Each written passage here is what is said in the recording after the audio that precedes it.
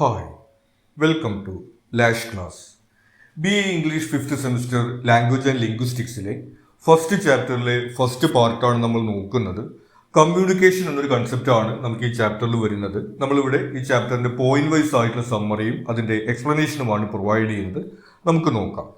Defining communication. കമ്മ്യൂണിക്കേഷന്റെ ഡെഫിനേഷനാണ് ആദ്യം പറയുന്നത്.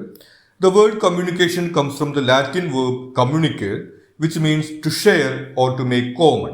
അപ്പോൾ കമ്മ്യൂണിക്കേഷൻ എന്നുള്ള വേർഡ് ലാറ്റിൻ വേർഡ് കമ്മ്യൂണിക്കർ എന്നൊരു വേർഡിൽ നിന്നാണ് വരുന്നത്. അതിന്റെ മീനിങ് ഷെയർ ചെയ്യുക അല്ലെങ്കിൽ പങ്കുവയ്ക്കുക എന്നൊക്കെ ഒരു അർത്ഥമാണ് അതിന് വരുന്നത്. അപ്പോൾ നമുക്കറിയാം നമ്മുടെ ചിന്തകളും നമ്മുടെ ഫീലിങ്സ് ഒക്കെ നമ്മൾ പങ്കുവയ്ക്കുന്നതിനാണ് നമ്മൾ കമ്മ്യൂണിക്കേഷൻ എന്ന് പറയുക. അപ്പോൾ അത്തരത്തിൽ തന്നെയാണ് അതിൻ്റെ ഒരു ഡെഫിനിഷൻ വരുന്നത്.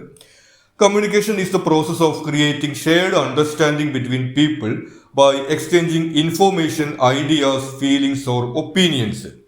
അപ്പോൾ കമ്മ്യൂണിക്കേഷൻ എന്ന് പറയുന്നത് നമ്മുടെ അഭിപ്രായങ്ങൾ, നമ്മുടെ ഫീലിങ്സ്, നമ്മുടെ ആശയങ്ങൾ, മറ്റ് ഇൻഫോർമേഷൻ തുടങ്ങിയിട്ടുള്ള കാര്യങ്ങൾ ഷെയർ ചെയ്തിട്ടുള്ള ഒരു അണ്ടർസ്റ്റാൻഡിങ് ഉണ്ടാക്കുക എന്നുള്ളതാണ് കമ്മ്യൂണിക്കേഷൻ്റെ അർത്ഥം. അപ്പോൾ നമുക്കറിയാം നമ്മുടെ ഫീലിങ്സ്, തോട്ട്സ് ഒക്കെ ഷെയർ ചെയ്യുന്നതിന് ഒരു പ്രോസസ്സിന് തന്നെയാണ് നമ്മൾ കമ്മ്യൂണിക്കേഷൻ എന്ന് പറയുന്നത്.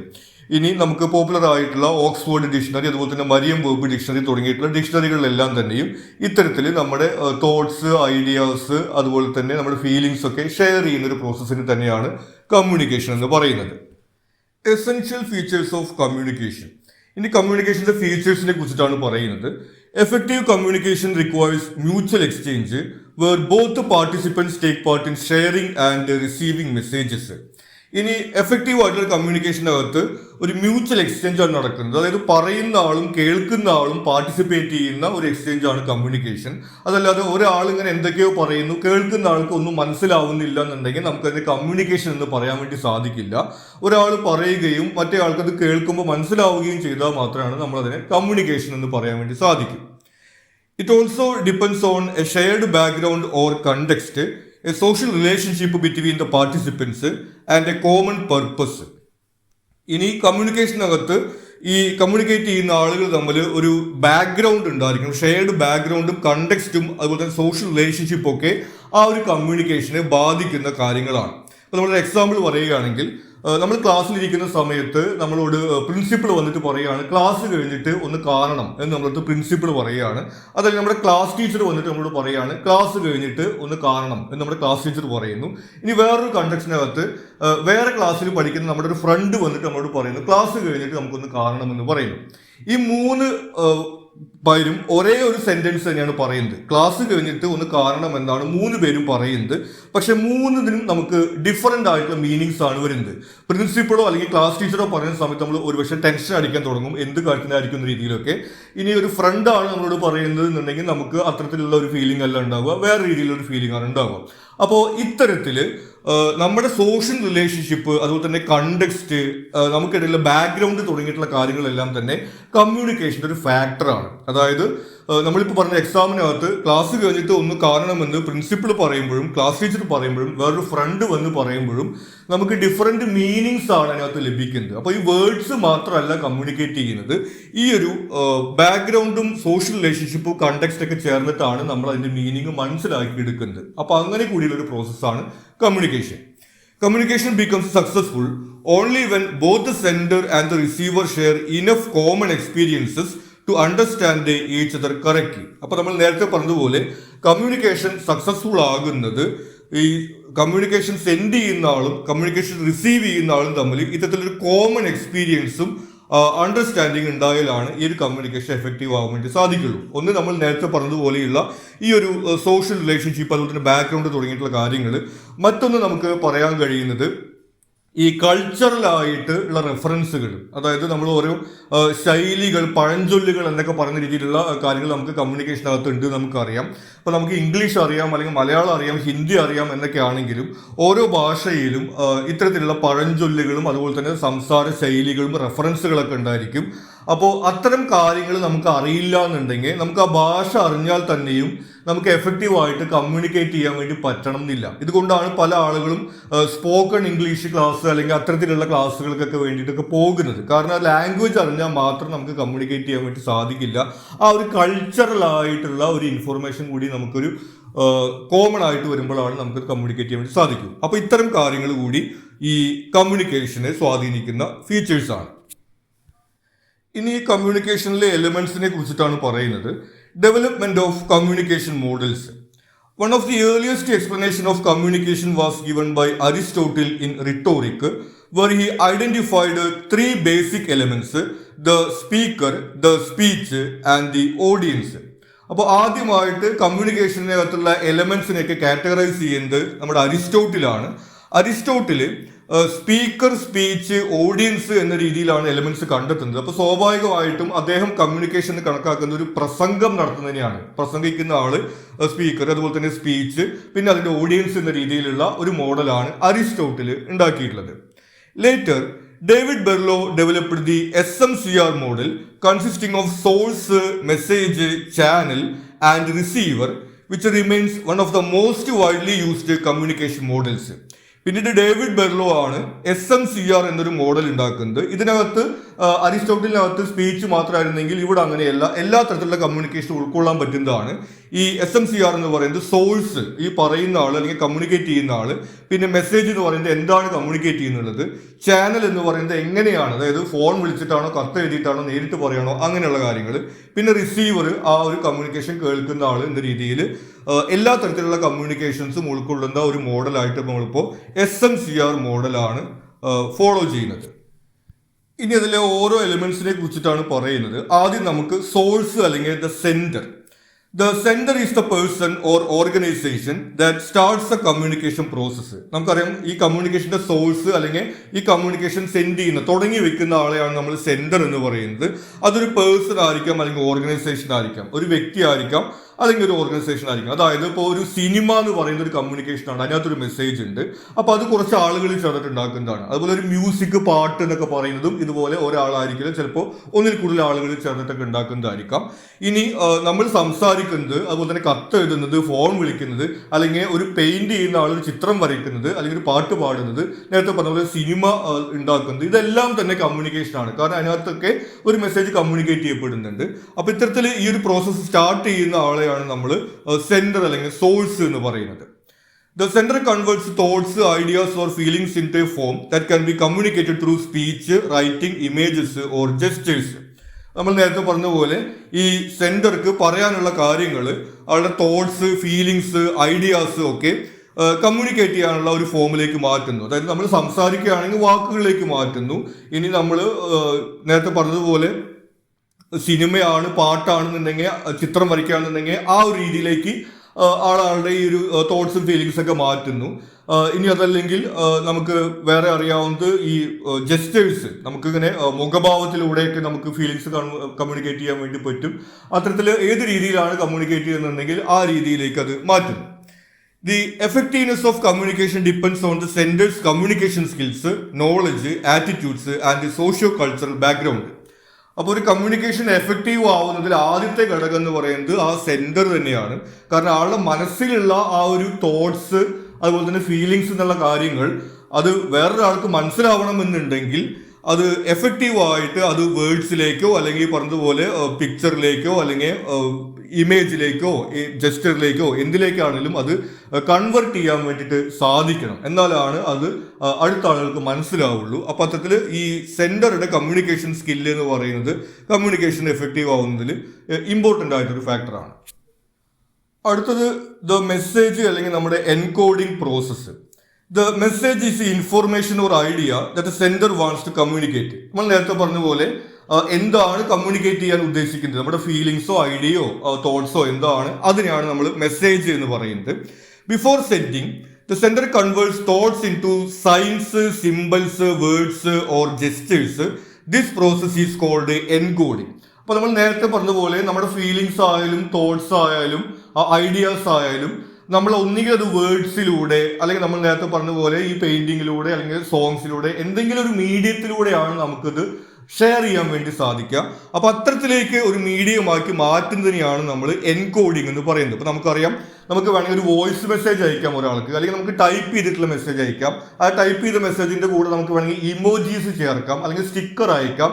ഇത്തരത്തിൽ പല രീതിയിൽ നമുക്കൊരു കാര്യം പറയാൻ വേണ്ടി സാധിക്കും. അപ്പോൾ അതിൽ ഏത് രീതിയിലേക്കാണ് നമ്മൾ ഈ ഒരു മെസ്സേജ് കൺവേർട്ട് ചെയ്യുന്നുള്ളതിനെയാണ് നമ്മൾ എൻകോഡിങ് എന്ന് പറയുന്നത്. Messages may appear in different forms such as spoken words, written text, sounds, digital signals or body language. പിന്നെ നമ്മൾ നേരത്തെ പറഞ്ഞ പോലെ മെസ്സേജ് നമുക്ക് പല രീതിയിൽ കമ്മ്യൂണിക്കേറ്റ് ചെയ്യാൻ വേണ്ടി സാധിക്കും. അത് ബോഡി ലാംഗ്വേജിലൂടെ നമുക്കറിയാം, ദേഷ്യപ്പെട്ട് നോക്കുക അല്ലെങ്കിൽ നമ്മുടെ ഫേഷ്യൽ എക്സ്പ്രഷനിലൂടെ നമുക്ക് നമ്മുടെ ഫീലിങ്സും തോട്ട്സ് ഒക്കെ കൺവേ ചെയ്യാൻ വേണ്ടി സാധിക്കും. അതുപോലെ തന്നെ വേർഡ്സ് ആവാം അല്ലെങ്കിൽ സൗണ്ട് ആവാം. നമ്മൾ നേരത്തെ പറഞ്ഞ പോലെ തന്നെ ഇമോജി ഇട്ടയക്കാം, സ്റ്റിക്കർ ഇട്ടയക്കാം അല്ലെങ്കിൽ വോയിസ് മെസ്സേജ് അയക്കാം എന്ന രീതിയിലൊക്കെ പല രീതിയിൽ നമുക്ക് നമ്മുടെ ഈ ഒരു മെസ്സേജ് കമ്മ്യൂണിക്കേറ്റ് ചെയ്യാൻ വേണ്ടി സാധിക്കും. അപ്പോൾ നമുക്ക് പറയാനുള്ള കാര്യങ്ങൾ ഇങ്ങനെ ഏത് രീതിയിലാണ് പറയാന്നുള്ളത് ആ ഒരു പ്രോസസ്സിനെയാണ് നമ്മൾ എൻകോഡിംഗ് എന്ന് പറയുന്നത്. പിന്നെ വരുന്നത് ദ ചാനലാണ്. നമ്മൾ ഏത് മീഡിയത്തിലൂടെയാണ് കമ്മ്യൂണിക്കേറ്റ് ചെയ്യുന്നതാണ് ഇവിടെ വരുന്നത്. The channel is the medium through which the message reaches the receiver. നമ്മൾ ഏത് മീഡിയത്തിലൂടെയാണ് ഈ ഒരു മെസ്സേജ് കമ്മ്യൂണിക്കേറ്റ് ചെയ്യുന്നുള്ളതാണ് ഈ ചാനലിൽ വരുന്നത്. Human communication uses the 5 senses sight, hearing, touch, smell and taste to receive messages. നമുക്കറിയാം സാധാരണഗതിക്ക് ഹ്യൂമൻ കമ്മ്യൂണിക്കേഷൻ നമുക്ക് 5 സെൻസസ് ആണുള്ളത്. നമുക്കറിയാം നമ്മുടെ കാഴ്ച, കേൾവി, അതുപോലെ തന്നെ നമ്മുടെ ഈ ഒരു ടച്ച്, അതുപോലെ തന്നെ ടേസ്റ്റ് തുടങ്ങിയിട്ടുള്ള കാര്യങ്ങളൊക്കെയാണ് നമുക്ക് ഈ സെൻസസ് ആയിട്ട് വരുന്നത്. ഇതിലൂടെയാണ് നമ്മൾ കാര്യങ്ങൾ കമ്മ്യൂണിക്കേറ്റ് ചെയ്യുക. Communication becomes more effective when several census are involve at the same time. അപ്പോൾ പല സെൻസുകൾ ഒരേ സമയത്ത് ഇൻവോൾവ് ആവുമ്പോഴാണ് നമുക്ക് കൂടുതൽ എഫക്റ്റീവ് ആയിട്ടുള്ള ഒരു കമ്മ്യൂണിക്കേഷൻ നടക്കുന്നത്. അത് നമ്മൾ ഒരാളോട് ഒരു കാര്യം മെസ്സേജ് അയച്ച് പറയുന്നതും അല്ലെങ്കിൽ ഫോൺ വിളിച്ച് പറയുന്നതും അല്ലെങ്കിൽ നേരിട്ട് കണ്ട് സംസാരിക്കുമ്പോഴും വ്യത്യസ്ത എഫക്റ്റുകളാണ് ഉണ്ടാവുക. നേരിട്ട് കാണുന്ന സമയത്ത് നമുക്ക് ഒന്ന് ആളുടെ ഫേഷ്യൽ എക്സ്പ്രഷൻസ് ഒക്കെ ബോഡി ലാംഗ്വേജ് നമുക്ക് കാണാൻ വേണ്ടി സാധിക്കും. പിന്നെ ആൾ പറയുന്നത് കേൾക്കാൻ വേണ്ടി സാധിക്കും. അപ്പോൾ 2 കാര്യങ്ങൾ നമുക്ക് അവിടെ വരുന്നുണ്ട്. എന്നാൽ നമ്മൾ മെസ്സേജ് അയച്ച് പറയുമ്പോഴോ അല്ലെങ്കിൽ ഫോൺ വിളിച്ച് പറയുമ്പോഴോ നമുക്ക് ആളുടെ ബോഡി ലാംഗ്വേജ് നമുക്ക് കാണാൻ വേണ്ടി പറ്റില്ല. ടോണിലുള്ള വ്യത്യാസം മാത്രമേ അറിയാൻ വേണ്ടി പറ്റുള്ളൂ. അപ്പോൾ ഇത്തരത്തിൽ പറയുന്നത് ഏറ്റവും കൂടുതൽ സെൻസസ് നമുക്ക് ഉപയോഗിക്കാൻ പറ്റുമെങ്കിൽ അത്രയും എഫക്റ്റീവ് ആയിട്ടുള്ള കമ്മ്യൂണിക്കേഷനാണ് നമുക്ക് ലഭിക്കുക. Channels also include the physical and technological systems that carry messages over long distance. അപ്പോൾ ഇത്തരത്തിൽ നമ്മൾ ബോഡി ലാംഗ്വേജ് അതുപോലെ തന്നെ നമ്മുടെ ഈ ഒരു വേർഡ്സ് പറയുക എന്ന കാര്യങ്ങൾ മാത്രമല്ല, നമുക്കറിയാവുന്ന പോലെ ഫോം വിളിക്കുക അല്ലെങ്കിൽ കത്തയക്കുക തുടങ്ങിയിട്ടുള്ള രീതിയിൽ നമ്മൾ ഒരു കമ്മ്യൂണിക്കേഷൻ നമ്മൾക്ക് അടുത്ത ആളിലേക്ക് എത്തിക്കാൻ വേണ്ടിയിട്ട് നമ്മൾ ഉപയോഗിക്കുന്ന മീഡിയത്തിനെല്ലാം നമ്മൾ ചാനൽ എന്ന് പറയും. അതിപ്പോൾ നമ്മൾ നേരത്തെ പറഞ്ഞ പോലെ സിനിമകളും അതുപോലെ തന്നെ പാട്ടുകളും അത്തരം കാര്യങ്ങളെല്ലാം തന്നെ അതിനകത്ത് ഉൾപ്പെടും. അടുത്ത എലിമെന്റ് വരുന്നത് റിസീവർ ആണ്, ഡീകോഡിങ്. നമുക്കറിയാം ആ മെസ്സേജ് നമ്മളിലേക്ക് എത്തി, എന്നിട്ട് നമ്മൾ ആ മെസ്സേജ് മനസ്സിലാക്കുകയാണ്. അതാണ് ഈ ഒരു പ്രോസസ്സ് നടക്കുന്നത്. The receiver is the person or audience for whom the message is intended. അപ്പോൾ ആർക്ക് വേണ്ടിയിട്ടാണോ ആ മെസ്സേജ് കൊടുത്തിട്ടുള്ളത് അവരെയാണ് നമ്മൾ ഈ റിസീവർ എന്ന് പറയുന്നത്. ഇപ്പോൾ ഒരു സിനിമ കാണുകയാണെങ്കിൽ അതിൽ ഓഡിയൻസ് ആണ്, ഒരു സ്പീച്ച് പ്രസംഗം കേൾക്കുകയാണെങ്കിൽ പ്രസംഗം കേൾക്കുന്നവരാണ്, ഇനി നേരിട്ടുള്ള സംസാരമാണെങ്കിൽ പറയുന്നത് കേൾക്കുന്ന ആളുകളാണ്. അത്തരത്തിൽ അത് റിസീവ് ചെയ്യുന്ന മെസ്സേജ് റിസീവ് ചെയ്യുന്ന ആളുകളെയാണ് നമ്മൾ റിസീവർ എന്ന് പറയുന്നത്. The receiver interprets and understands the message through a process called decoding. ഇനി നമ്മുടെ റിസീവർ ഈ മെസ്സേജ് അണ്ടർസ്റ്റാൻഡ് ചെയ്യുന്നത് ഡീകോഡിങ് എന്ന് പറയുന്ന പ്രോസസ്സിലൂടെയാണ്. അതായത് ഈ പറയുന്ന വാക്കുകളുടെ മീനിങ്ങിന് അപ്പുറത്തേക്ക് കമ്മ്യൂണിക്കേഷൻ മീനിങ് ഉണ്ടാവും. നമ്മൾ നേരത്തെ പറഞ്ഞിരുന്നു. നമ്മളോട് പ്രിൻസിപ്പൾ വന്നിട്ട് പറയാണ് ക്ലാസ് കഴിഞ്ഞിട്ട് ഒന്ന് വന്ന് കാണണമെന്ന് പറയുന്നു, അല്ലെങ്കിൽ ക്ലാസ് ടീച്ചർ വന്നിട്ട് പറയുന്നു ക്ലാസ് കഴിഞ്ഞിട്ട് ഒന്ന് കാണണമെന്ന് പറയുന്നു, അല്ലെങ്കിൽ അടുത്ത ക്ലാസ്സിലുള്ള നമ്മുടെ ഒരു ഫ്രണ്ട് വന്നിട്ട് പറയുന്നു ക്ലാസ് കഴിഞ്ഞിട്ട് ഒന്ന് വന്ന് കാണണമെന്ന് പറയുന്നു. ഇതിന് 3നും നമുക്ക് 3 ഡിഫറെന്റ് ആയിട്ടുള്ള മീനിങ്സ് ആണ് ലഭിക്കുക. അപ്പൊ ആ വാക്കുകൾ മാത്രമല്ല നമ്മൾ അർത്ഥം നോക്കുന്നത്. ഇതുപോലെ ഈ ഒരു സോഷ്യൽ ബാക്ക്ഗ്രൗണ്ട്, നമ്മുടെ റിലേഷൻഷിപ്പ് തുടങ്ങിയിട്ടുള്ള പല കാര്യങ്ങൾ ഉൾക്കൊണ്ടുകൊണ്ടാണ് നമ്മൾ അതിന്റെ ഒരു മീനിങ് മനസ്സിലാക്കുക. ഇതിനെയാണ് നമ്മൾ ഡീകോഡിംഗ് എന്ന് പറയുന്നത്. Successful communication depends on the receivers knowledge, expectations and cultural background with sender must consider while communicating. അപ്പോൾ ഒരു സക്സസ്ഫുൾ ആയിട്ടുള്ള കമ്മ്യൂണിക്കേഷനകത്ത് നമ്മൾ നേരത്തെ പറഞ്ഞതുപോലെ ഈ വാക്കുകളുടെ അർത്ഥം മാത്രം അറിഞ്ഞാൽ പോരാ, നമുക്ക് കൂടുതൽ അവർ തമ്മിലൊരു സോഷ്യൽ റിലേഷൻ അത് നമ്മൾ കൺസിഡർ ചെയ്യണം. അതുപോലെ തന്നെ കൾച്ചറൽ ബാക്ക്ഗ്രൗണ്ട് നമ്മൾ നേരത്തെ പറയുകയുണ്ടായി. നമുക്കൊരു ലാംഗ്വേജ് അറിഞ്ഞാൽ മാത്രം പോരാ, ഇംഗ്ലീഷോ ഹിന്ദിയോ മലയാളമോ നമുക്കൊരു ലാംഗ്വേജ് അറിഞ്ഞാൽ മാത്രം പോരാ. നമ്മൾ സംസാരിക്കുന്ന സമയത്ത് അതിനകത്ത് നമുക്ക് പഴഞ്ചൊല്ലുകൾ അല്ലെങ്കിൽ ഇഡിയംസ് എന്നൊക്കെ പറയുന്ന പോലെ പല ശൈലികളും കാര്യങ്ങളും റെഫറൻസുകളൊക്കെ വെച്ചുകൊണ്ടാണ് ആളുകൾ സംസാരിക്കുക. അപ്പോൾ ആ ഒരു ഭാഷയും അതിലെ വാക്കുകളുടെ മീനിങ്ങും മാത്രം അറിഞ്ഞുകൊണ്ട് മാത്രം നമുക്ക് കമ്മ്യൂണിക്കേറ്റ് ചെയ്യാൻ വേണ്ടി സാധിക്കില്ല. ഒരു കൾച്ചറൽ ബാക്ക്ഗ്രൗണ്ട് കൂടി ഉണ്ടെങ്കിലാണ് നമുക്ക് അത് മനസ്സിലാക്കാൻ സാധിക്കാന്നൊക്കെ നമുക്ക് പറഞ്ഞിരുന്നതാണ്.